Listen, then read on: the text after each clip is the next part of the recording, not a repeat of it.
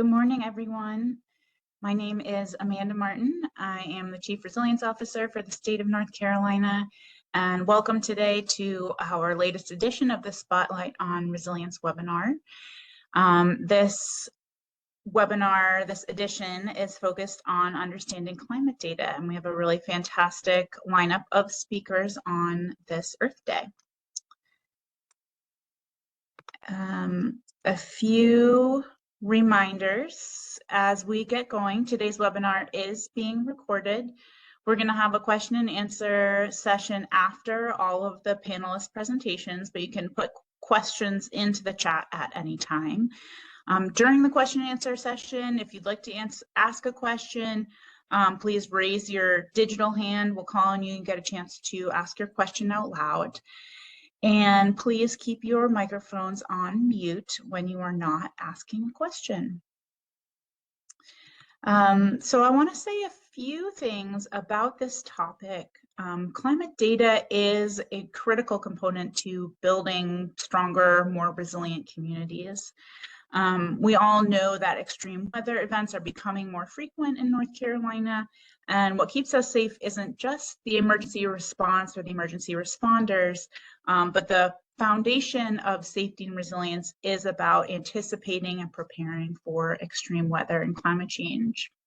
And what we understand is that communities can flourish even in this climate and this changing climate when they anticipate the possibility of these events and trends. And data is really at the heart of doing that.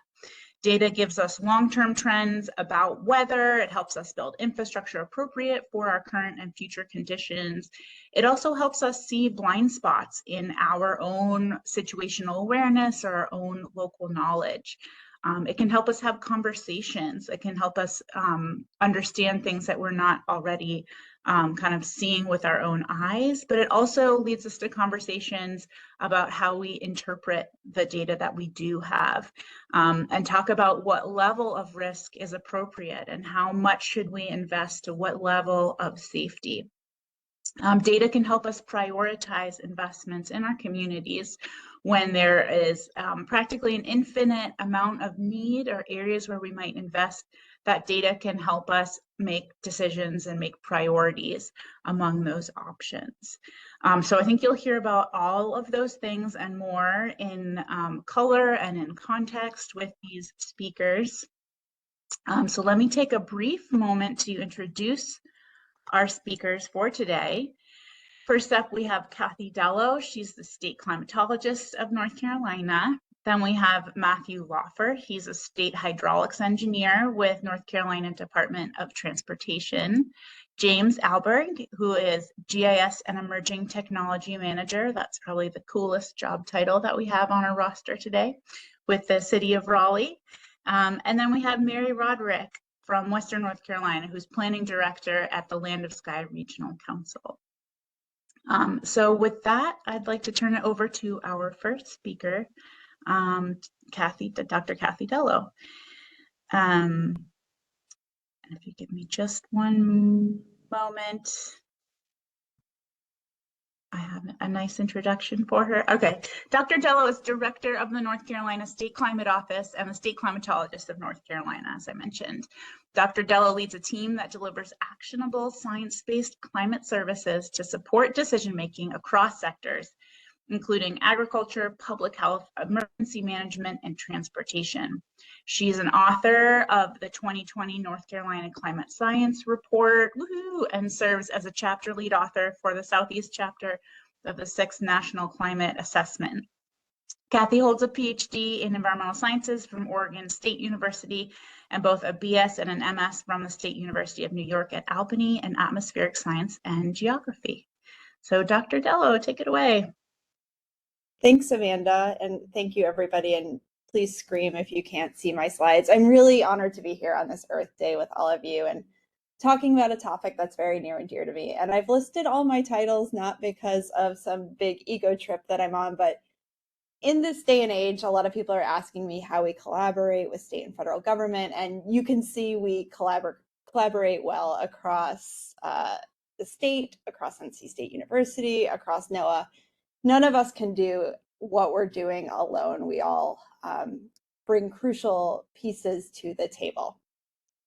Now, I have the very tough task of talking to you about climate data in 15 minutes, and anybody who's on this call knows that I can probably talk about it for 15 hours.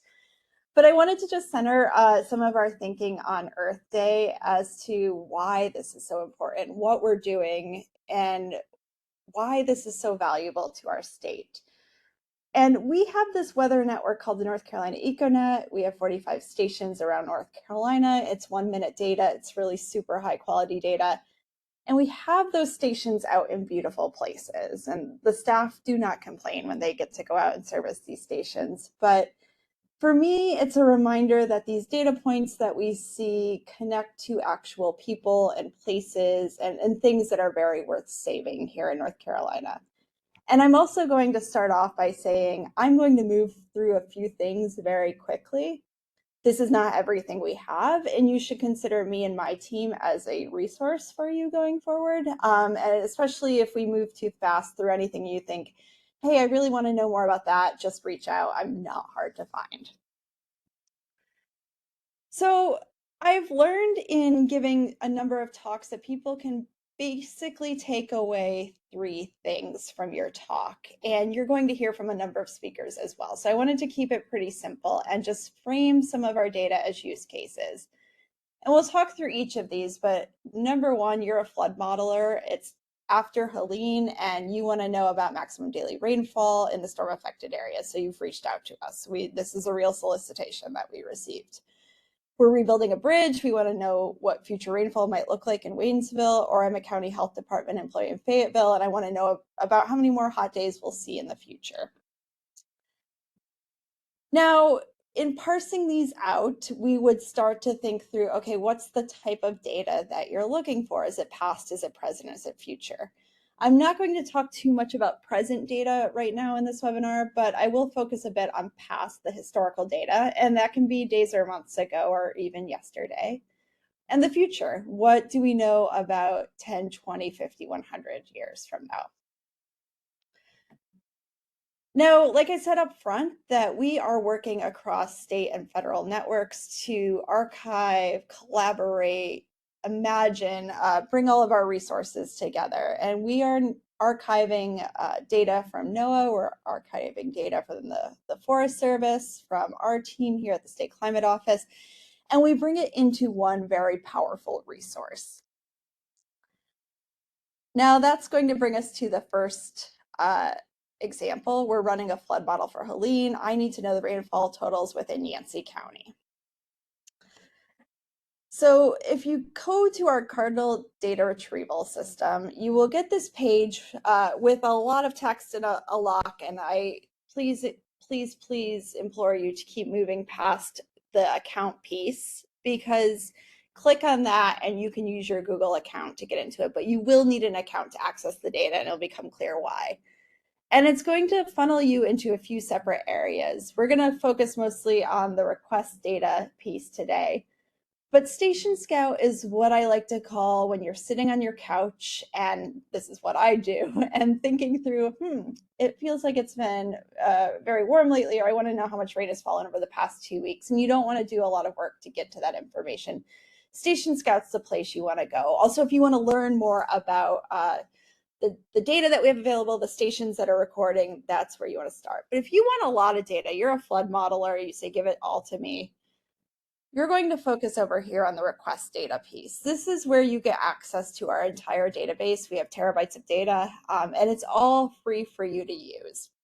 So again, push past the account piece, get to the request data page. Now, I know it's really tough sometimes to walk through data presentations when they aren't giving you the website, but we have this request builder set up for you, and it should be really easy for you to select what you need. Here I have a predefined region. We're going to have Yancey County there. For the time period, I'm going to pick the days where we had the predecessor rain event from Helene and the day after, just to capture anything that maybe happened after the time period. I'm going to say, give me all your total precipitation and go off and tell me what you have, State Climate Office. And the request builder will come back, okay, we have 7 stations in Yancey County. Here's the data that they've recorded. If you pull down on any of those menus, it will tell you how complete the data are, if we're missing any data. But you'll see a few stations here that were really crucial during Helene. Mount Mitchell State Park is our station. It recorded the top wind gust during Helene, and the Busick Raws recorded the top rainfall total during Helene. So Yancey County was particularly hard hit. All these data are there for you. You put in your request. It churns through our database. Sometimes it'll take a minute or two, but then it will pop up. The request will be saved for you. You can download it. I will caveat that sometimes you will hit a data limit each month. If that's the case, just reach out. We have that in place so people aren't hitting up our servers constantly and bogging things down. But there have been very few times where someone's reached out and we've said, no, you can't have more data. We want you to have our data. Now, I'm going to talk just briefly a bit about this tool that we've built to visualize rainfall intensity, duration, and frequency curves in North Carolina in partnership with the North Carolina Department of Transportation and also NCORE, both groups on this webinar, so you'll hear more from Matt Lawfer. But essentially, we're building infrastructure that needs to last more than a year or two. It needs to last through the next Helene or the next Florence. And one of the things that our group did is we got together with folks in state agencies like Matt, who are thinking, okay, we need to be thinking about our future in a way that's not like the past. And we know that the federal government has these helpful precipitation curves, and that's what we're using to design our infrastructure, but they're out of date. Here in North Carolina, that's Atlas 14. And the data only go through 2000. So we are living in a completely different climate in 2025 than we were in 2000. And we got a bunch of smart people together and we built them a tool. This tool is hot off the presses. It is still in beta mode. We are still taking all sorts of feedback on it, but this puts the power of that Atlas 14, so that's the top data set on the top, those old precipitation curves that NOAA had produced that were a little bit out of date, but still useful, and then adds in climate projections on the bottom. So you select all of your variables and your duration and your return periods on the top, and you can create a map that will show you what you should be expecting maybe mid-century or the end of century. So here I pulled out Waynesville. You've got the Atlas 14 on top. So again, the historical projections to 24-hour precip depth for the 500-year storm. So a pretty significant storm. And then what that looks like in a warmer climate, a more aggressive emission scenario. So a little bit more business as usual for that same storm. So you see an increase between the two values. And then if you want more than a map, we have all of the data available for you at all the different frequencies with all the different scenarios that you can download and then use in your planning. But I'll let Matt talk a little bit more to this one. So I'm going to zoom on next to our third use case. You're at a county health department, you're in Fayetteville, and you want to know how many more extremely hot days we should expect in the future, right? It was 90 just a couple of weeks ago. We're already thinking hot weather here in North Carolina. How many more of those days are we going to see maybe mid-century, 2050, 2060? That's going to take you to a tool that we developed called Canvas, and you'll get all the links at the end, but you put in your location, and here I've picked Fayetteville, and you will pick your climate projection on the side and the variable that you want, and here I've picked extreme maximum temperatures, which we've defined as 95 degrees Fahrenheit. This is meant to be a little bit technical. It is meant to be for people who know the ins and outs of these climate projections, who maybe love a box plot. But again, I'm here as a resource if you need help with any of this. But let's say the box plot isn't doing it for you. You're a map person. We can then click on that value and get you some snapshots and some maps. For both scenarios, RCP 4.5 is a little bit more of a greenhouse gas reduction scenario, move toward renewables. RCP 8.5 is a little more aggressive on the fossil fuels. And you can poke around with all these tools, and we have all different sorts of climate variables in there. I know I'm coming up on time. Who's using our data? Researchers, students, engineers, construction, lawyers, media, doctors, ranchers, agriculture, extension, and hopefully you. So with that, just a few sources, and I know Nicole will be putting these in the chat. Cardinal is you want lots of data. Station Scout is, again, you're sitting on your couch, maybe half paying attention to TV, and you want to briefly glance at the data. Raindrop is that new IDF curve tool. Canvas is the one for climate projections. And again, I am a resource. We just went through a lot of things fast. So we will have time for questions at the end, and I'm going to turn it back over to Amanda. Thank you, Dr. Dello. That was amazing. And now, instead of scrolling social media in front of the TV, I'm just going to drop on over to Station Scout and check out some climate data.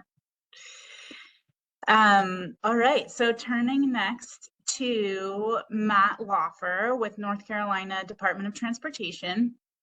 Matt Lawfer is a state hydraulics engineer for North Carolina. He works in the Department of Transportation's hydraulics unit, and he's been with the department for 26 years. The hydraulics unit supports design and operations, and he manages the department's compliance for stormwater and floodplain management. In addition to the unit head responsibilities, he takes an active role in the department's resilience program. He's a member of the Transportation Research Board TRB Committee on Hydrology, Hydraulics, and Stormwater, and is a member of the AASHTO Committee of Design Technical Committee on Hydrology and Hydraulics. I'll let someone correct me there. I think I might have missed a word. Matt holds a Bachelor of Science in Civil Engineering from The Ohio State University, and he's a registered professional engineer in North Carolina. So Matt, take it away. Hey, thanks, Amanda. Yeah, I really appreciate the opportunity to just come talk to you all today. And also just appreciate Nicole and Amanda getting us together here, and appreciate Kurt and Brian who are joining us on the call from the hydraulics unit, just the support they give in implementing this program. So just want to talk about rebuilding transportation infrastructure with greater resilience, just touch upon some of those key topics. So the definition we've adopted is basically the federal highway definition. Resilience is the ability to anticipate, prepare for, and adapt to changing conditions and withstand, respond to, and recover rapidly from disruption. So I'm just going to talk about that, how we're kind of embracing this definition at DOT. I think one of the important concepts, even today, we're dealing with this, is that the climate is changing, and we had Kathie on here just talking about the climate science report, who she co-authored that on, and it's a really good report. I think just some information that's coming out of there is like, there is a statistically significant upward trend with our extreme precipitation, and we're seeing that, and that's something to document. We can quantitatively assess that through our analysis of the data. So we see this trend. As engineers, we need to start designing to those trends, because if we don't, then we're not really taking into account the information and protecting the public as we need to. But we also know these trends are most likely to continue. So as we look forward into the future, what kind of additional resilience do we need to implement, and how do we do that effectively? There's the other part is the risk associated with the storms we're experiencing. And we've experienced some really big ones in North Carolina. Ones that had significant impact on the transportation infrastructure were Matthew in 2016. I honestly thought that was the storm of a career. And so that, flooded I-95, significantly put it underwater for about a week. And we lost about 800 structures, pipes, and things out of that. And then we had Florence in 2018, and that was very significant. That paralyzed our transportation network. I-40 was under a week. I-95 was under a week. Significant flooding. Wilmington was cut off. You couldn't get there by land. So we had significant challenges in reacting to, responding to, recovering from Florence. So we've been doing a lot of work since Florence, trying to understand better how we can react to these events. But then just this last year, 2024, we had 30 inches of rainfall in Busick and 24 inches of rain on top of Mount Mitchell, and then just a significant amount of precipitation throughout the Appalachian Mountains out there in Western North Carolina, and it was very significant. In fact, from 1999 to basically the fall of 2024, we spent about $1.2 billion on all hurricanes, all damages from all these events over the years. And in 48 hours, Helene caused $5 billion worth of damage to North Carolina transportation infrastructure alone. So the magnitude of that, the planning future is, how do we do that well? So I just want to step really quickly through our program. We've got a program that's a life cycle program looking at setting up a solid program within DOT, long range planning, design, construction, maintenance, and operations. So we're thinking about the whole life cycle of that process and how do we integrate it in the department. And a lot of that's through collaboration. We have a resilience program management team at DOT that's supported by our Office of Strategic Initiatives and Program Support and Federal Highways. And then we have our NPO, RPO partners. And then we've got multimodal transportation as well as our technical support from like Division of Highways and Highway Operations. So, and that's just basically to facilitate a program that's based on policy, program, and practice. There's a RAND study that really talks about objectives with respect to transportation. So the 4 R's of redundancy, robustness, resourcefulness, rapidity. And then you can look up that report, but it's just how does our system do as well with absorptive capacity, restorative capacity, adaptive capacity, and equitable access. So we've basically structured our program around these concepts. And I want to not underemphasize, because it's the most important part of this is partnerships. We have really strong partnerships in North Carolina, and that's what actually makes us really successful. And Kathie, I apologize, I don't have SEO on there. I need to put that on there. So I was putting these slides together, but State Climate Office is another significant partner there. But the cabinet agencies, our university systems are key to continued resilience in North Carolina. So I just want to talk a little bit about our flood warning and planning tools. That's the other part of resilience, planning for, preparing for. Kurt's on this call, but and Brian, they support this program. But we've got about 3 tools that we use just for preparing for, responding to, recovering quicker from flood events. Our Feynman-based tool, Flood Inundation Mapping Alert Network, for showing flood inundation on our road network. TSAP's our Surge Analysis Predictive Program, which helps us understand where surge is going to hit and what roads it's going to hit ahead of the storm. So before landfall, we're predicting where our roadways and bridges are going to be impacted by the storm, which really helps us prepare for and basically position resources or even get resources out of the way. So if we know a maintenance yard is going to get flooded by surge, we can tell them 24 or 48 hours ahead of time and then get the equipment out so it doesn't get damaged.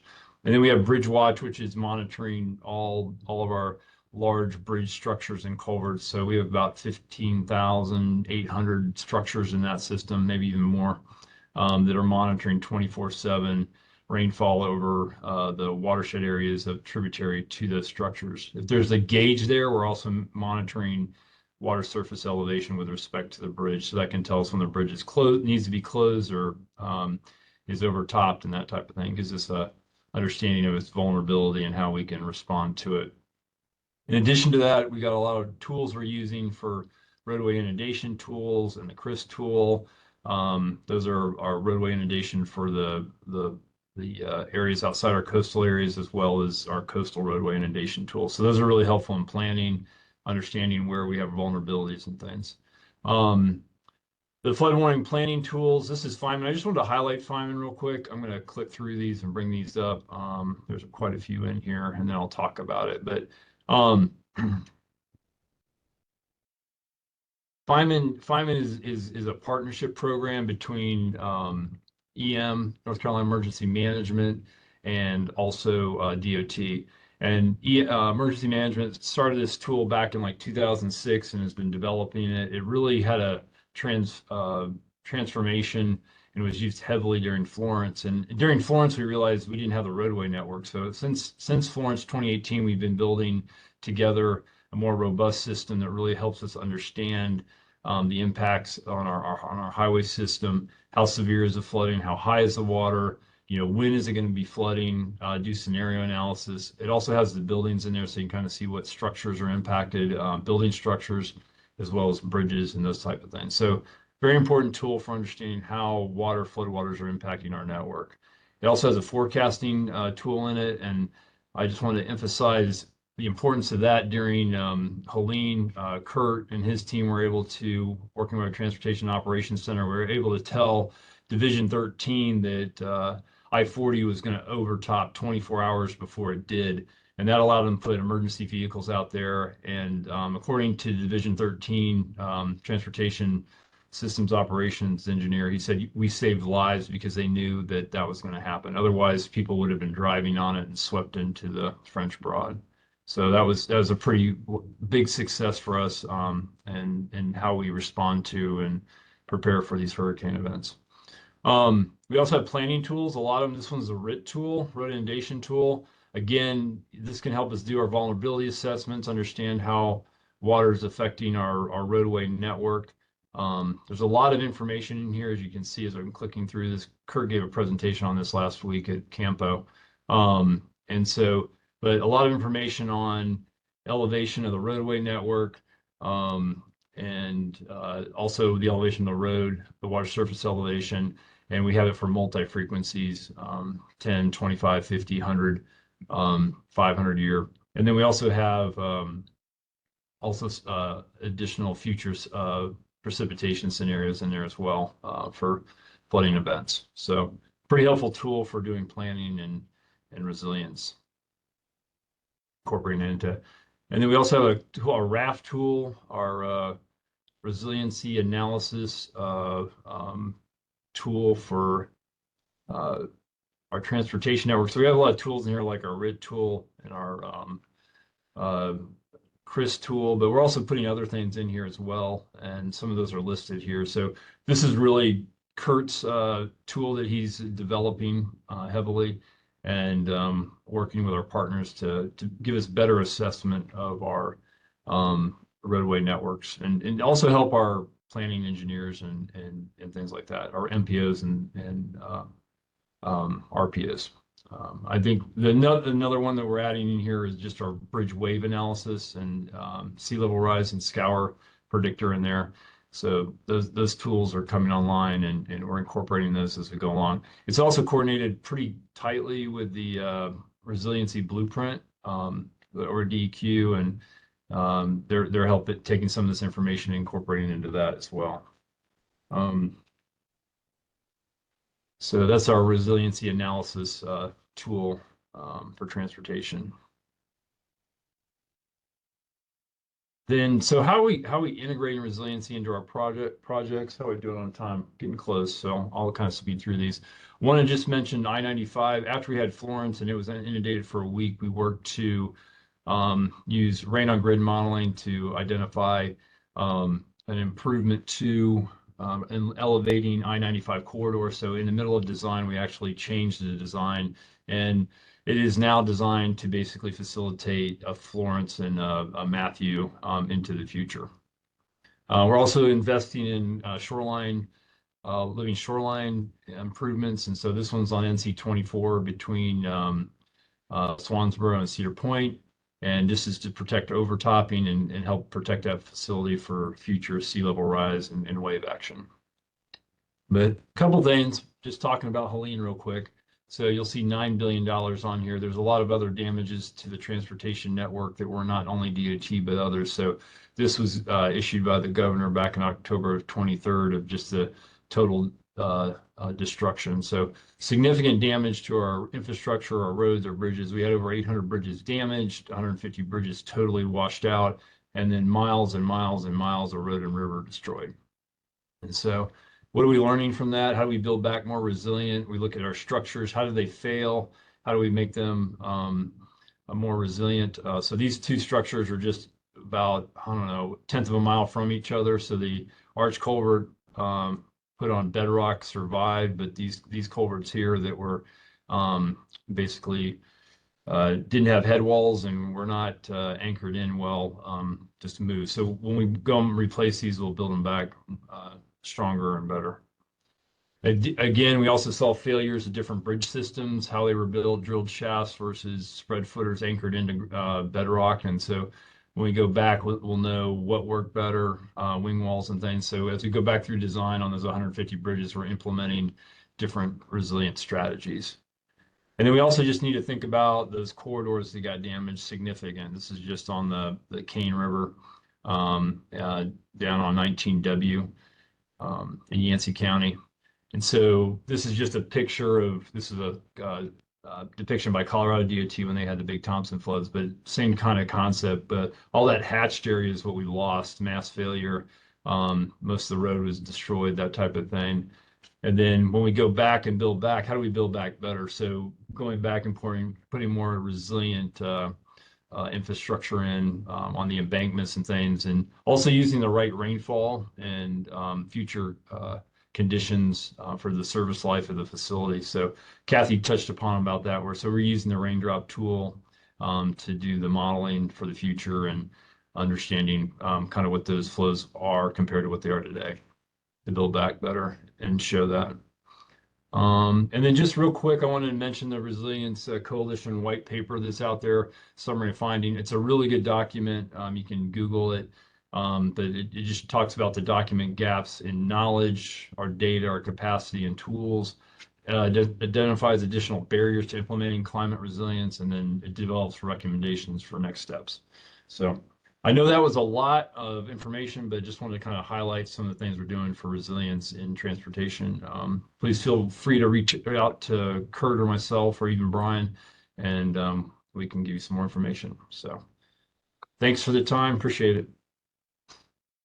Thank you, Matt. That was a fantastic presentation. And I love when Matt and the folks at DOT present, because I always learn something. I'm not an engineer, but I just wanted to highlight a few things that you heard him say, which is that when we have this kind of data, we save lives. Literally lives were saved in Helene because they were able to predict where I-40 would overtop.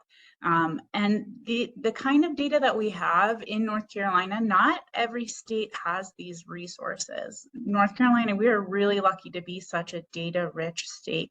So I really want to call out the ways in which we benefit, because it's not always, you know, to the average person on the street, they might not recognize how much hard work this data is doing for us. And of course, all the talented folks like Matt and his team at DOT who are making that data work. So thank you. For our next speaker, we have something a little bit different. I'm really excited to welcome Jim Alberque. He's with the City of Raleigh Department of IT. He serves as Raleigh's GIS and Emerging Technology Manager and collaborates with a dedicated team of developers, analysts, and technologists. Over the past decade, he's emphasized relationship building and professional development in various technology management roles, delivering digital solutions that benefit both internal and public users. Prior to joining City of Raleigh, Jim worked in GIS technology roles with the City of Boston, which happens to be my hometown. He remains committed to public service and using technology to improve and enhance the lives of all Raleigh's constituents. So welcome, Jim. Thank you, Amanda. Can you just verify you can see my screen? We can see your screen. Awesome. Excellent. Great to be here. I want to echo what Amanda just shared. I've already learned a ton. Unfortunately, I now have tons of research work that I need to do on some of these data assets that the previous two speakers shared, because they're really amazing, and agree we're really lucky in the city, in the state, to have amazing amounts of data. So I promise we didn't coordinate the presentations beforehand, but I think I'm going to kind of echo a lot of the things that were shared. So some of the things that we're lucky enough to have in the city and in the capital region is we're one of the fastest growing areas in the country. I think that exacerbates some of the kind of climate change and weather events that we're going to see, and the way that our citizens experience climate change in our city.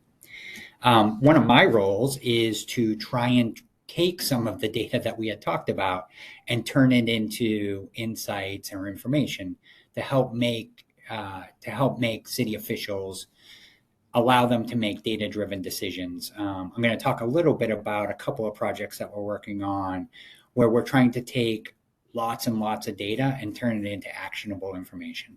And we use it in try and use it in 3 different ways. So one is storytelling and education. And so try and use data and insights to educate both internal staff as well as the community around what's happening in the city and the region. 2 is analysis, which is kind of obvious. We try and use this data to help make data-driven decisions. And then 3rd is an area that we're trying to mature in, which is to measure outcomes to see if, as we make these decisions, do they make sense? Were we able to move the needle? So in 2021, the city partnered with NOAA to do data collection around surface temperature. Our sustainability office will gloat about how we had the highest volunteer rate in the country of the cities that were selected. They went out with devices to measure surface temperature on a hot day in July, and we ended up getting a surface temperature model for morning, afternoon, and evening. And this was a proxy for how people are experiencing heat in our city. And when we got this data, we didn't, it wasn't obvious exactly how to leverage this. And so we tried to use it in the 3 ways that I kind of described. 1 was around storytelling and education, 2 was around analysis, and 3 is, can we use it as a data point for measuring outcomes as we start to put in mitigation steps? So one of the things I'm pretty passionate about is using digital twins, which is a virtual representation of our city, and use this as a mechanism for education. We thought kind of visualizing data in 3D was a way that might be a little bit more engaging for the average citizen or staff member to view. So we just kind of incorporated it into our digital twin.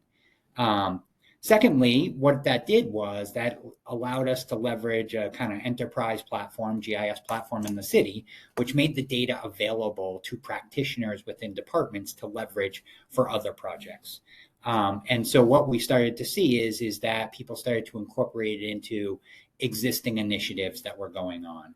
So there was a street tree equity project that was in flight to try and identify where in the city were the highest priority for tree plantings related to empty wells in the city.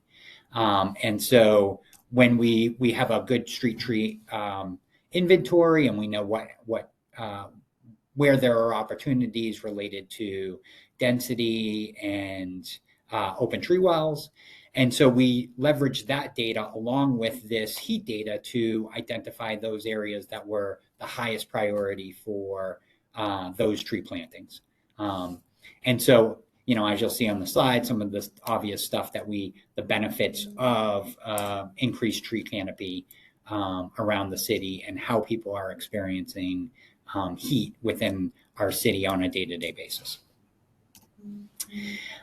Next is a kind of an innovative project around cool streets, which is the city was in 2021 was looking at piloting applying titanium dioxide to some streets to increase its reflectivity. Interestingly enough, I am definitely not a transportation engineer by any stretch, but at Texas A&M, there's actually an institute that measures pavement and pavement characteristics. And so the city and the vendors that were applying titanium dioxide to streets did some analysis on what the effect of applying this coating to rejuvenated streets might be. And it's really phenomenal. As you can see in the slide, 376% increase in reflectivity from untreated streets. And so this is a fairly expensive proposal. And so since 2021, we have used heat data to identify those areas in the city to help prioritize those areas in the city where this treatment was appropriate and kind of use this data to drive that titanium dioxide application. Another project. So because of this work, we did a little bit of marketing around that work. MITRE, which is a research firm in DC that does a lot of federal work, reached out around partnering with us to develop a microclimate modeling engine. And so what it is it uses some DoD plume technology, some NOAA weather data, and a physics model to do microclimate modeling. So this is as high resolution as 1 meter by 1 meter resolution. And it is a machine learning model that takes in a bunch of historic data and this physics-based model, as well as our digital twin. I had talked about that earlier, our 3D environment of our built environment, and does some models and scenarios based on wind speeds, direction, and ambient temperature to model things like wind speed, temperature, real field temperature, heat index, etc. And we got excited about this in an opportunity to not only model existing conditions, but potentially model future conditions. So this is this idea of, as developments are being proposed in the city or as zoning changes are being proposed in the city, being able to understand what impact that might have in some future scenario. So as I mentioned, one of the real benefits for us is trying to make the data, my team is small but mighty. And there are a lot of passionate people working on climate related initiatives and capital improvement projects in the city. So what we're trying to do is make this data available for them. And so one of the key initiatives that we're working on is developing an equity index. And just to kind of digress real quick, when we think about equity, we try and think of it both holistically as well as within specific verticals. So this represents some early work where we were doing work related to specific initiatives related to equity. And while it was moving the needle, it was very much ad hoc and opportunistic. We didn't have a single way to think about equity in the city. And so what we've tried to do is create a little bit more strategic view on equity. And so we've started to create a number of these equity indexes within the city, some of them demographic, but I think relevant for this discussion is an environmental index. And so that environmental index also includes some of that heat index data, as well as some of the data that I think Kathie was mentioning earlier from the federal government related to pollution. And so this gives us this ability to kind of share broadly across the city an equity index that we can use to drive initiatives and decision making, as well as making sure that we have representative engagement from the community. And so we've started to kind of roll this out. This is definitely a work in progress. We started with housing, and then the next group we actually worked with Nicole when she was part of the city around environmental justice, and then digital equity is right behind that. So the last thing is something that Matthew mentioned, which is partnerships are key, right? We have a small and mighty team, so really working with departments is important. And the reason I have this animation is sometimes we're pulling departments and we're dragging them through innovation, and sometimes they're dragging us. And so being part of this webinar, I will be able to follow up on some of the amazing work that Kathie and Matthew are doing, and that will propel the city forward. And hopefully, they can learn some things about what we're working on as well. So the last thing I want to last two things I wanted to kind of end with is that this data, as I mentioned, one of my jobs is to try and help people take this data and turn it into insights. And so we're trying to make this data available across all of the platforms that we have so that practitioners can use this data in all sorts of things, whether it be in micromobility planning or capital improvement program planning, et cetera. And the last thing I'm just going to end with is, in my experience, we are very lucky to live in North Carolina with lots and lots of data, but really it's about the people. And the people, when we talk about people, we talk about them in three different ways. One is the team. So I'm lucky enough to work with people who are passionate, curious, and have an aptitude to learn.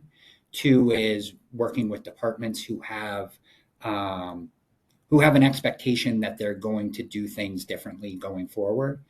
And third is the community. So the community, they put a lot of pressure on us to deliver better solutions, think differently, which I think is an opportunity. So that's it.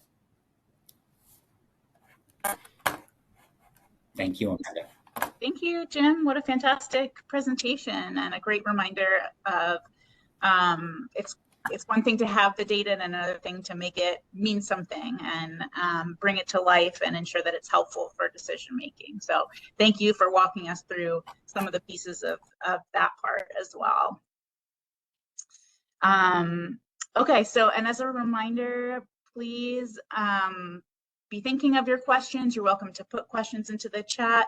We'll have a Q&A session after our last speaker, who is Mary Roderick. Mary Roderick is the Planning Director for Land of Sky Regional Council, which is the council of governments based in Asheville. Land of Sky serves 4 counties and 16 municipalities. And they're very lucky to have Dr. Roderick, who works primarily in watershed restoration and stormwater management, as well as on water and sewer infrastructure system development. Other areas of concentration include climate resilience planning and hazard mitigation. Dr. Roderick completed her interdisciplinary PhD in urban design and planning at the University of Washington, with research focused on geodesign-based multi-scalar and multifunctional green infrastructure planning. Dr. Roderick also has an MA in community planning with an environmental specialization from the University of Cincinnati. Welcome, Mary.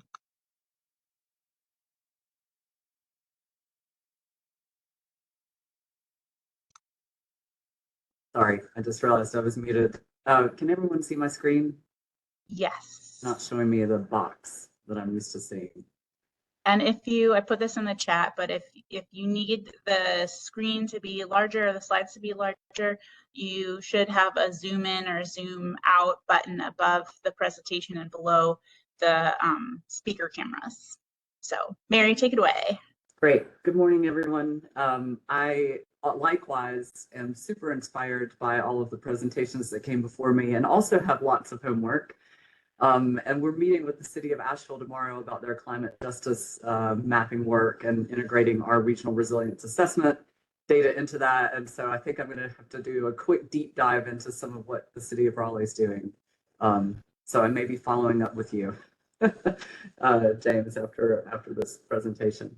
I'm going to talk about how we're using climate data in the Land of Sky Regional Resilience Assessment. But first, I really think I want to touch on why regional resilience, because many of you may not be familiar with COGS and what we do. Of course, people rely on assets and services that cross jurisdictions. Hazards do not recognize jurisdictional boundaries, as we know. And we work at the scale and also across multiple planning areas, economic and community development, housing, workforce, aging, transportation. So we touch a lot of spheres in our region, and we have the ability to support the integration of hazard mitigation and adaptive capacity into a wide range of areas because we help develop, fund, and implement projects throughout the region.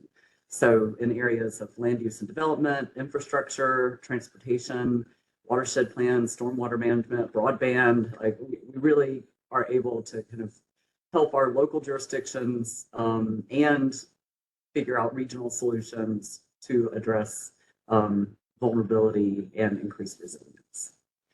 We started our work on the regional resilience assessment back in 2017. I'm not going to talk through this whole timeline. I just want to say, it's been a process.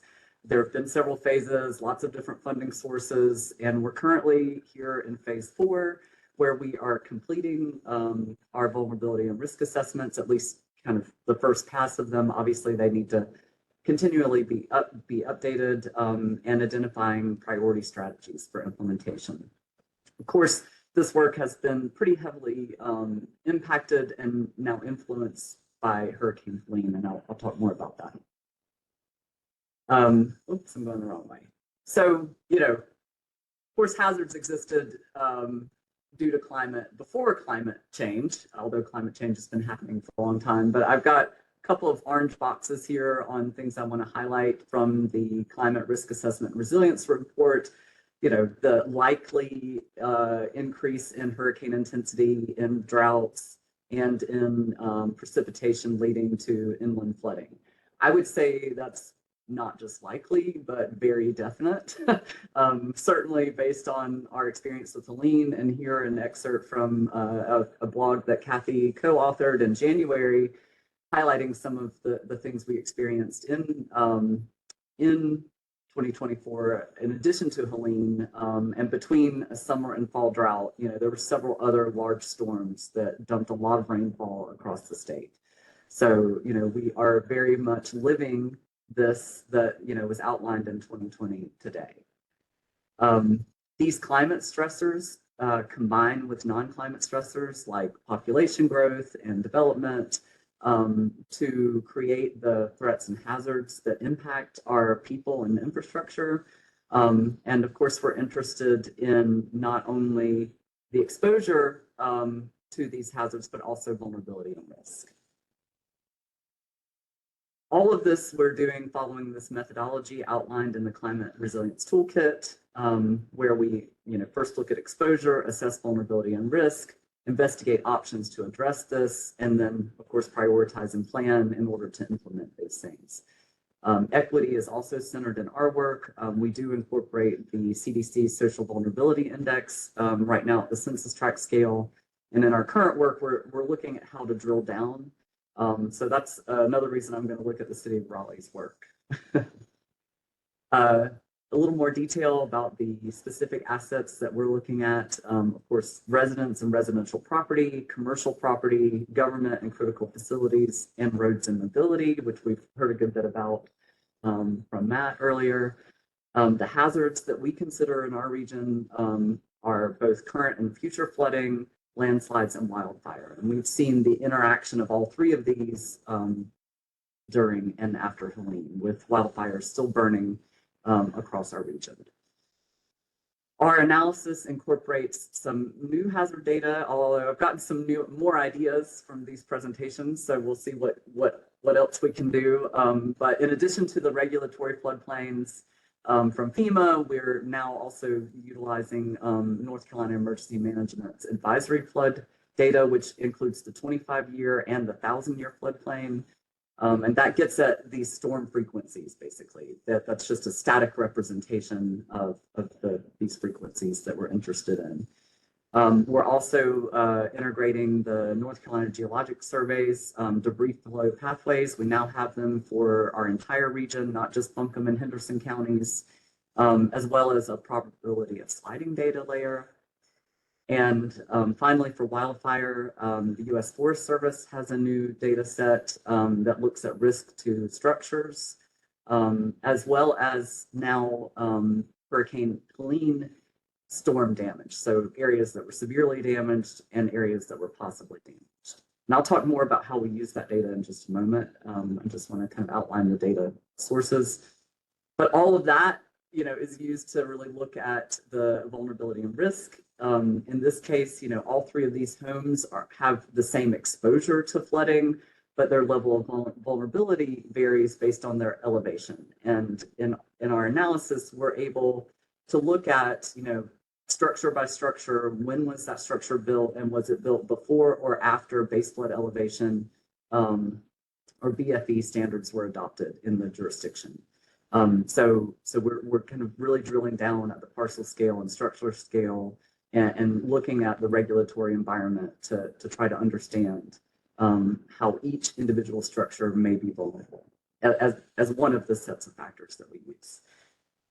So we combine, I got a little ahead of myself, we combine these assets with these hazard layers and stakeholder input to help us identify, and you can't read this, but down here in the tool, you can really click on each asset threat pair and see what the criteria are that we're using to determine vulnerability and risk. And again, you can't read this, but this information and these attributes are really informed by our stakeholder outreach and engagement. And we have an upcoming meeting because we're just now getting into kind of the deep dive for both natural resources and government and critical infrastructure, and bringing together people in just next week to drill down into what are the key characteristics for vulnerability and risk that we should be looking at. So all of this lives in an interactive platform called ExcelAdapt. This is an excerpt from the overview page and shows the red maps are vulnerability and risk at the census tract scale. The blue maps are still those that are just exposure, where we have not yet done that vulnerability and risk assessment, but are in the process of doing that right now. So eventually all of our maps will be red. We won't have any more blue maps. Again, this grid just shows kind of across the top all of the different asset classes, and across the side the different hazards. We will be adding this vulnerability, this advisory flood layer to our matrix, and all of these maps will be vulnerability and risk, not just exposure, as some of them still are. Looking at that in more detail, so the difference, we've already started running our analysis. We just haven't put it into our production environment, or we've already been running the analysis. It's just not in production yet. But there are many, many more areas here with high flood vulnerability when we use the advisory flood data. You see some areas on this map to the left are white because they're not regulated. They're not considered in the FEMA regulatory floodplains. At the parcel scale, you see that as well, and just how many more structures are exposed. In this case, we haven't yet done the VR at this level. I'm going to skip that. For the wildfire, this is a super complex graphic. I just want to say on the left is showing the level of damage from Helene, from none to severe. And along the bottom, it's showing the background soil moisture that creates this kind of background level of fire hazard from wet to dry. And the quadrant we're really interested in is here in the upper right. And this next slide simplifies that. You see that same little quadrant, and it shows us the number of structures that are in these areas of severe blowdown and very dry soils. So, we see many of those structures are in Buncombe and Henderson counties. Finally, for landslides, our initial analysis shows that 90% of the structure impacts from landslides, this isn't just in Henderson County where we've done this analysis so far, were in areas of debris flow pathways. So we're basically taking this modeled data and trying to compare it to actuals, essentially in a way we can ground truth what we're doing. For transportation access, and I definitely want to look at map slides in more detail, we're again still here using the regulatory floodplains to determine where the roads may be disconnected. Those are the pink roads, and the parcels that are disconnected due to flooding and landslides. We've also incorporated information around emergency and health services to look at where there may be disconnects in access there. This slide summarizes lots of numbers I'm not going to be able to talk through, but I was concerned, we did this analysis last summer, and I was concerned about the high percentages of in the connectivity area, but we saw in Helene that we did in fact have that level of impact.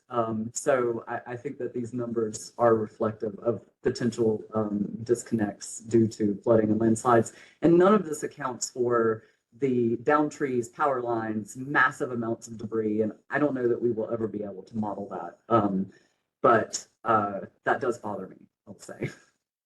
So I'm going to skip through these. Just know that we are looking right now at the impacts from Helene And we do already incorporate historic data in Excel Adapt, so you can turn on historic wildfire and landslide data. And we will be also incorporating the Helene impacts so that people can compare the modeled information to actuals when they're doing their analysis. We do all of this to investigate options, of course, to address this vulnerability and risk through a whole of government approach.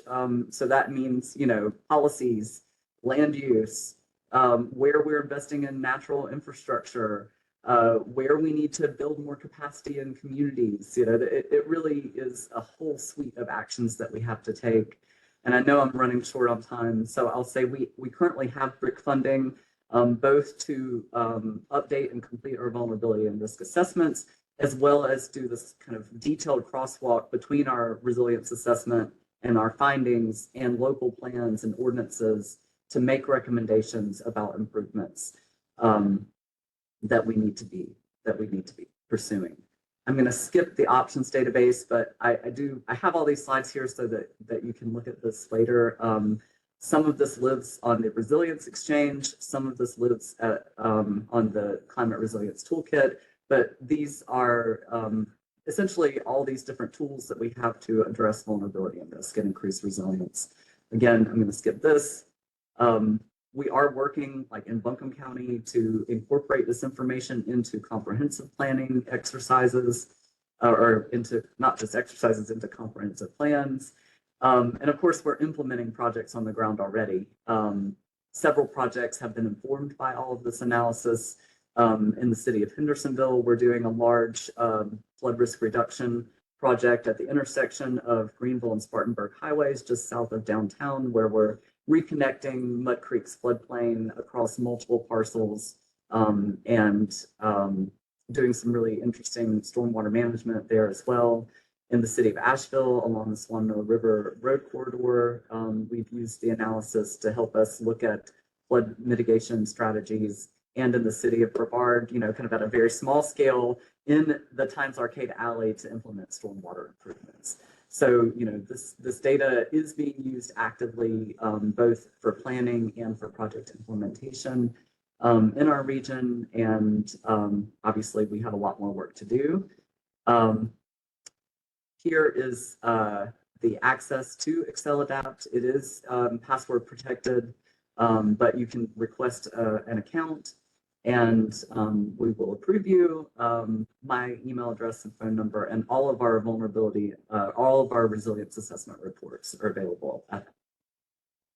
I know that was really quick, and I apologize, but there's a lot more information in the slides that you can look at after. Thank you. Thank you, Mary. And don't go too far, because we're going to move into the question and answer session of the webinar. And folks, to remind you, you're welcome to put your question into the chat, or if you want to ask your question out loud, please just raise your hand. It's in the bottom, or at least on my screen, it's on the bottom bar. It says raise, and there's a picture of a hand.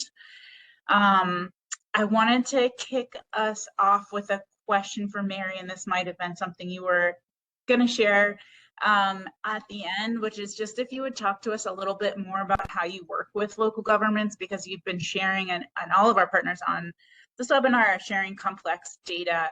And one of the challenges that we all face is bringing this complex data and making it meaningful to people who aren't looking at it day in and day out. And so I'm curious, Mary, when you start working with local governments, like, do they approach you with, hey, I have this problem area, I don't know what to do? Or do you come to them saying, hey, we've looked at the region and this area really lights up as a big vulnerability? So I'm just curious if you would be able to talk us through that process a little bit. Absolutely. And I didn't realize my video wasn't on until I just, sorry about that, y'all. The slides are hopefully more interesting to look at than me. So it's both, Amanda, really. Sometimes it's opportunistic, like the city of Hendersonville project. I mean, they know that there's flooding there. And they already own 2 properties. They want to acquire 3 more right next to Jackson Park to create all this contiguous space for flood mitigation.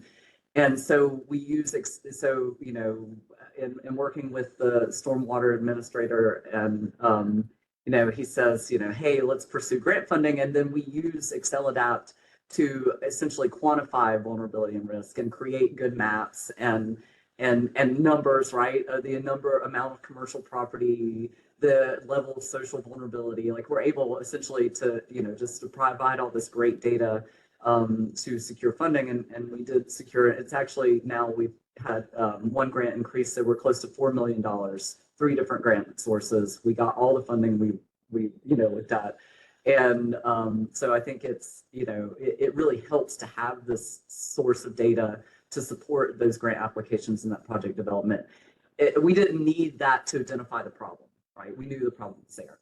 But in other cases, a funding program will come out, like Golden Leaf's flood mitigation program, and I'll know that a community is working on something. Like Woodfin has been working on their Greenway Blueway, and I'll bring up ExcelAdapt and I'll say, well, what is the level of vulnerability there, both to assets and to people?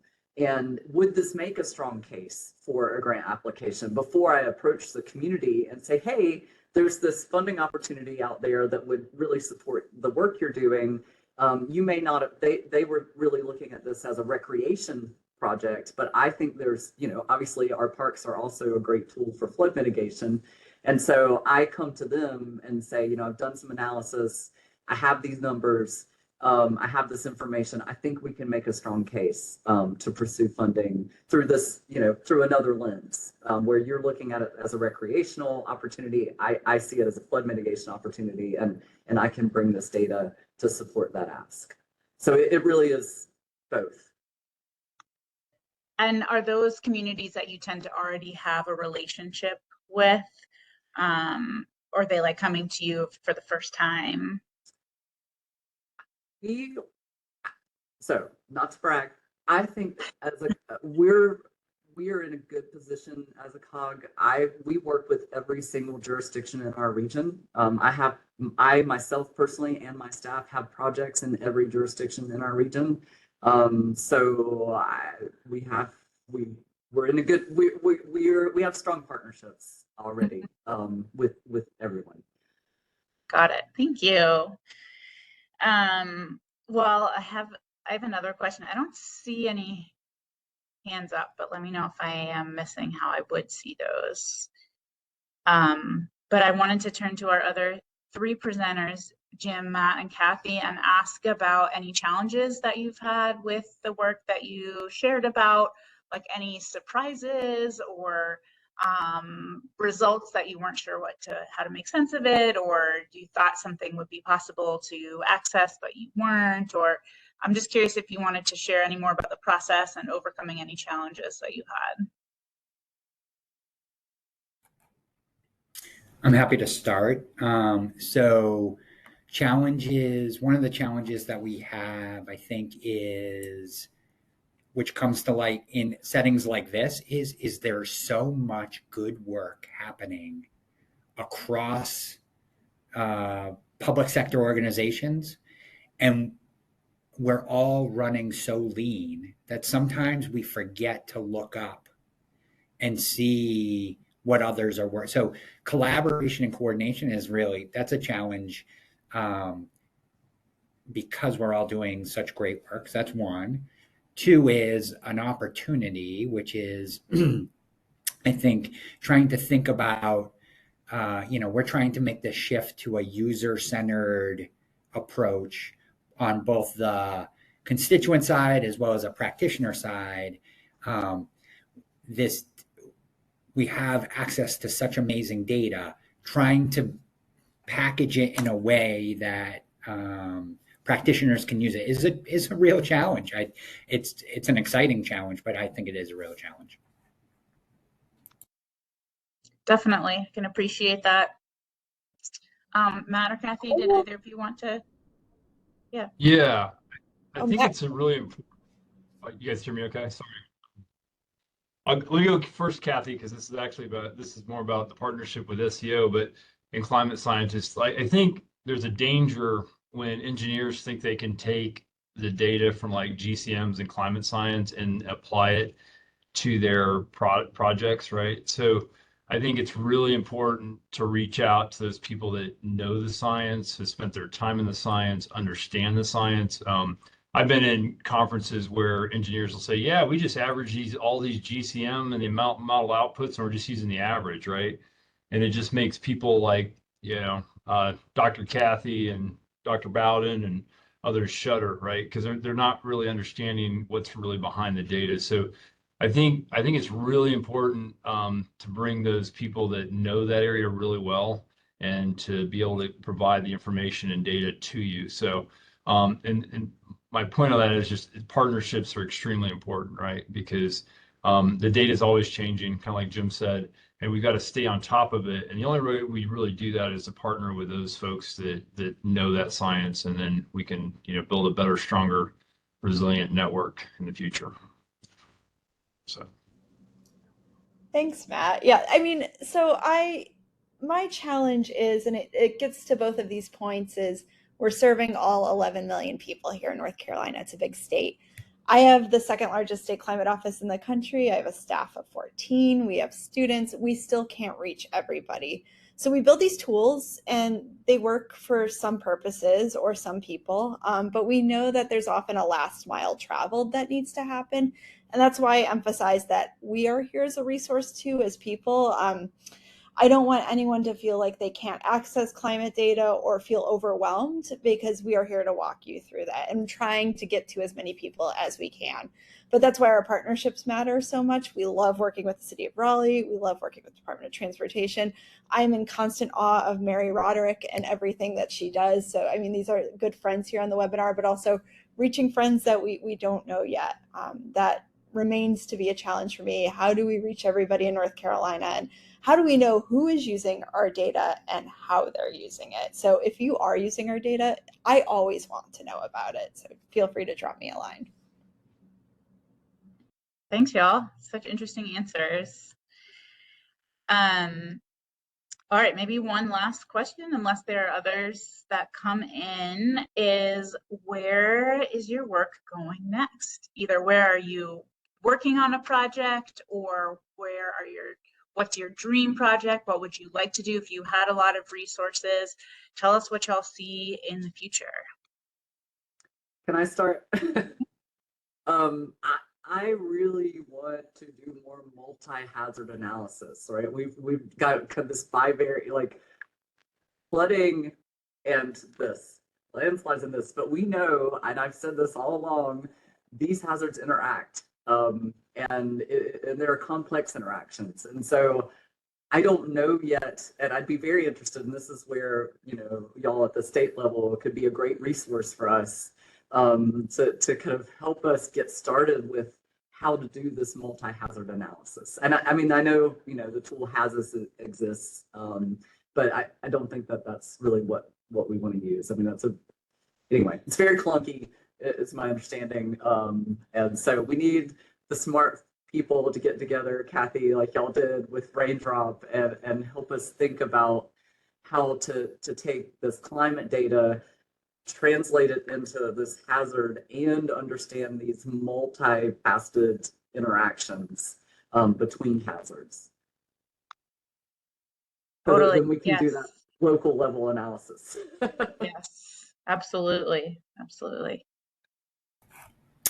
I'm happy to go next. I think it's kind of piggybacking on what Mary described, which is, I see this future world, not to go into the AI world, but that modeling the world is a very complicated and sophisticated place. We do have models, and I think Matthew kind of touched on some of the flood early warning stuff, and which is amazing. But those capabilities are just going to grow exponentially. So I'm really excited about this future modeling, where we can understand both current conditions and potential future conditions and scenarios, and understand how things we're doing today may impact us in a day or a week or a year, across a very complex kind of ecosystem. So that's one.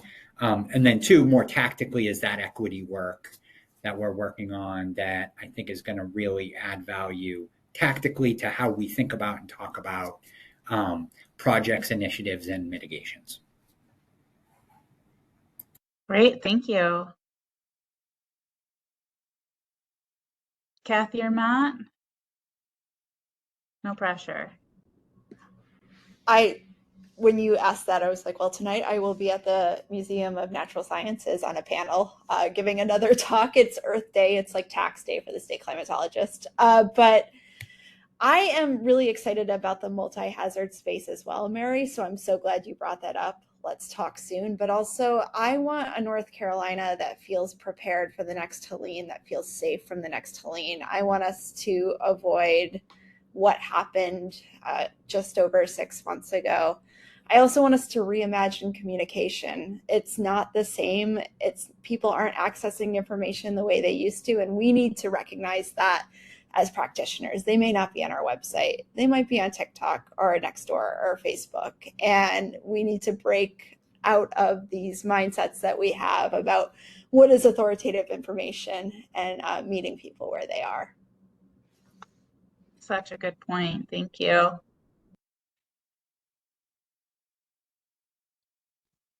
So I guess last but not least, right? I think the focus for DOT is really how do we recover well from Helene, right? We've got a lot of we got 6 majors that we're working on plus I-40, just rebuilding that well, using information we've got from the partnership with the Climate Office to look at service life events for those facilities that are risk-based approach that help us, basically optimize our reimbursements the best we can, so we can bring as much money to North Carolina back, for the rebuild, right? So we only have like one chance to get it right.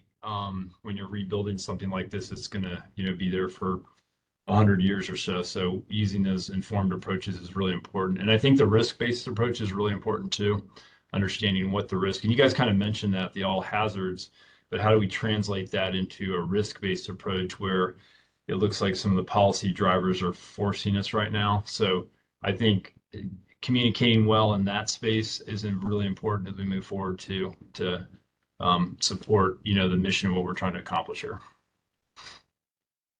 Amazing, thank you. Well, thank you to all 4 of our panelists. It was such a fantastic set of presentations, all with different angles and different perspectives and levels of expertise on different items. So I just want to say a huge thank you for your time and for contributing to this conversation. And you heard from many of our panelists that they would love for you to reach out if you want to learn more, if you want to work with them.